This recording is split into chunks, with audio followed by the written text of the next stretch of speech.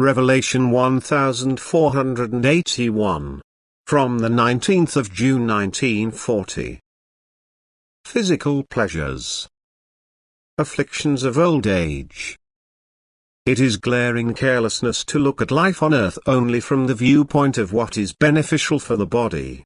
It is a difficult beginning to make such people understand the true purpose of earthly life, because they will never want to eliminate physical enjoyment and will therefore be inaccessible to other views and teachings, since the content of life, if it consists in earthly enjoyment, is sufficient for them. But the awakening of an erring person will be terrible.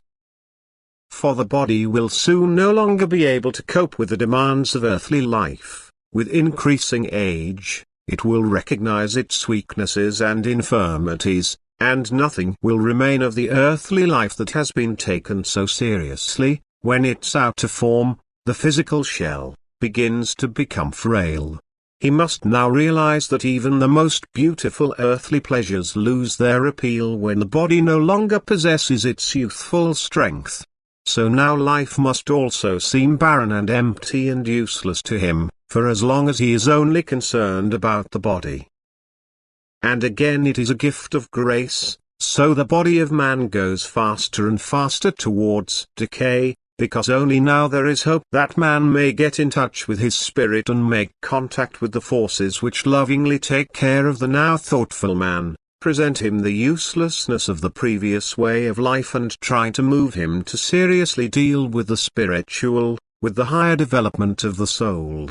Man will now have ample opportunity to suppress or fight physical desires, if he is willing, that is, if he subordinates himself to the divine laws and allows only this will to be valid.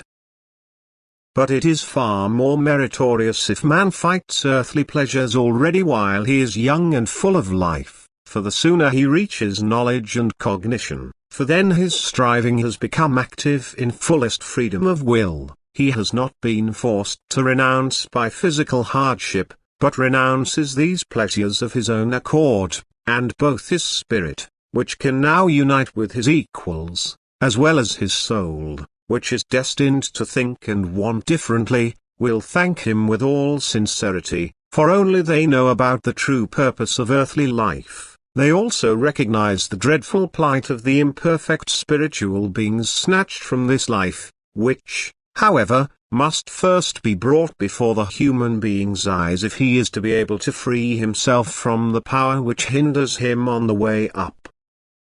Amen.